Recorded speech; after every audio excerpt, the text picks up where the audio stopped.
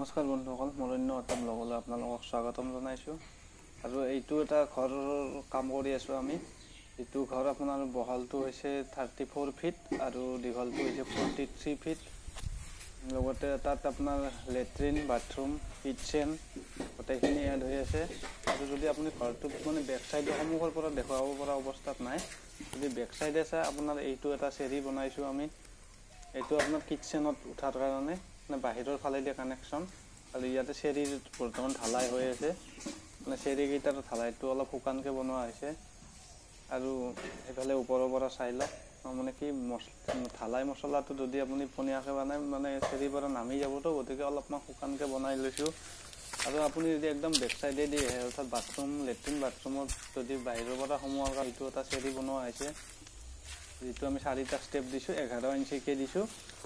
11 মানে এনেই 12 ইঞ্চি দিব লাগে পাৰিলে, কিন্তু আমাৰ জাগাটো অলপ কম আছে, গতিকে আমি 11 ইঞ্চি দিছোঁ। 11 ইঞ্চিত আপোনাৰ 44 ইঞ্চত 4টা ষ্টেপ হৈছে ধুনীয়াকৈ, খুব ধুনীয়া হৈছে ষ্টেপকেইটা। আমি হাইটটো 5 ইঞ্চি লৈছোঁ। আৰু এইটো চাওক, এইটো হৈছে লেট্ৰিন, বাথৰুম, কিটচেন ইয়াতে আছে। আৰু এইটো মাজেদি কৰিডৰ, এইখন আপোনাৰ গ্ৰিল আছে। আৰু ভিতৰত গৈ আপোনালোকক দেখাই আছোঁ মই গোটেইখিনি। আৰু খিৰিকীৰ ডিজাইনবিলাক চাই লওক, খিৰিকীৰ ডিজাইনটো আমাৰ এনেকুৱাকৈ দিয়া হৈছে। এইটো কৰিডৰ আৰু ভিতৰৰ ফালৰ পৰা যদি আপুনি ডাইনিং ৰুম হয় এইটো। আৰু এইফালে এইটো ৰুম চাই লওক, এইটো ৰুমৰ খিৰিকীৰ ডিজাইনটো এনেকুৱা আছে। আৰু এইফালেদি আপোনাৰ যদি এই খিৰিকীখনৰ এই দৰ্জাখনৰ এইফালে যায়, ইয়াতে তাৰমানে লেট্ৰিন এণ্ড বাথৰুম এটাচ্ড হৈ থাকিব, ৰুমৰ ভিতৰেদি কানেকশ্যন থাকিব। এইটো আমাৰ যিটো চইলিংটো হোৱা নাই। আৰু ইয়াতে একদম হাফ ৱাল টাইলছ হ'ব, ওপৰত এখন ফেন হ'ব, এখন এই কি বুলি কয় এডজাষ্ট ফেন এখন, যিটো তাৰ মানে অলপ চলপ যি গোন্ধ ওলাই থাকে সেইখিনি যেতিয়া আউট কৰি দিব পাৰে। এইফালে এইটো এটা ৰুম, এইটোতো আপোনাৰ 2টা খিৰিকী আছে, এটা 4 পাল্লা সন্মুখৰ ফালে আৰু এইটো 3 পাল্লা। খিৰিকীবিলাক লগোৱা হৈছে, গ্লাছ চাছ লগোৱা নাই, খিৰিকীখিনি এনেই লগাই থৈছে। তাৰপিছত গ্লাছ লগাব আছে, অলপ চলপ কাম বাকী আছে আৰু কিছুদিন পিছত। আৰু এইটো এটা ৰুম, এইটো ৰুম হৈছে আপোনাৰ 20 ফুট বাই 15 ফুট বহল, আৰু বহুত ডাঙৰ ৰুম।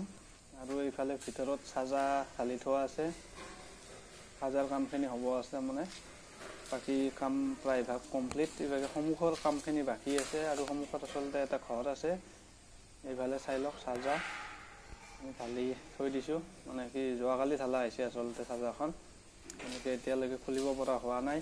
আৰু এইফালে যদি সন্মুখৰ ফালে আহে, এইটো হৈছে আমাৰ মেইন এণ্ট্ৰেঞ্চ, ইয়াতে গ্ৰিল লগোৱা আছে। এইখন হৈছে বাৰাণ্ডা, সন্মুখত গ্ৰিল আছে, ওপৰত ভেণ্টিলেশ্যন আছে, বঢ়িয়াকৈ ধুনীয়া পোহৰ পৰিব।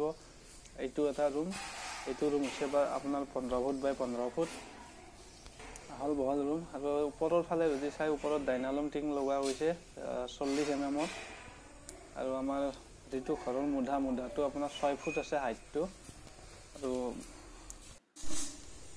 বাহিৰৰ ফালৰ পৰা যদি চাই ঘৰটো এনেকুৱা দেখাম।